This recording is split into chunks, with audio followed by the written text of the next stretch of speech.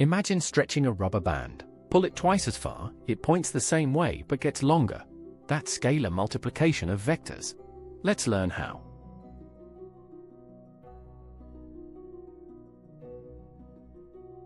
A scalar is just a number, like 2 or 3. A vector has both size and direction. When we multiply a vector by a scalar, we scale its length without changing direction.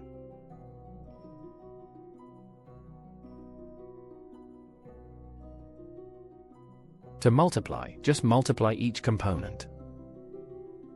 If a is 3, 2, then 2a is 6, 4. Multiply the top by 2, multiply the bottom by 2. The arrow doubles in length.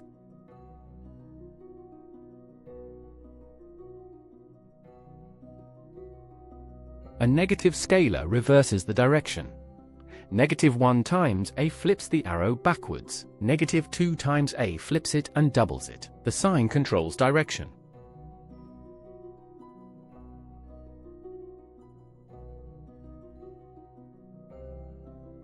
Example 1. If b is 4, -1, find 3b. Multiply each component by 3. 4 times 3 is 12. -1 times 3 is -3. So 3b is 12 -3.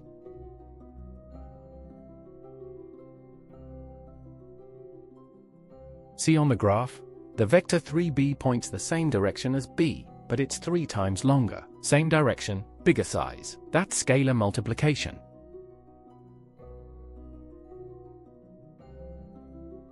Example 2.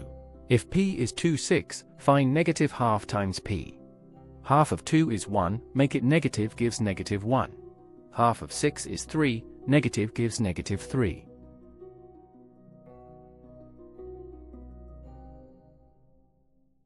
Notice the result points the opposite direction and is shorter.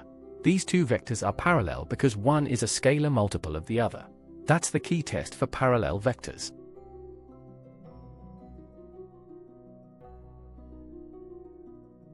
Many students multiply only the top number and forget the bottom. You must multiply every component by the scalar, both top and bottom. Don't lose marks on this.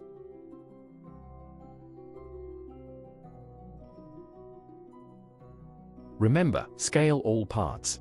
Positive scalar keeps direction, negative flips it. If one vector is a scalar multiple of another, they are parallel. That's your exam tip.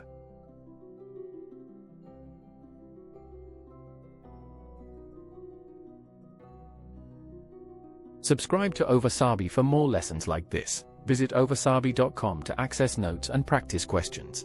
See you in the next video.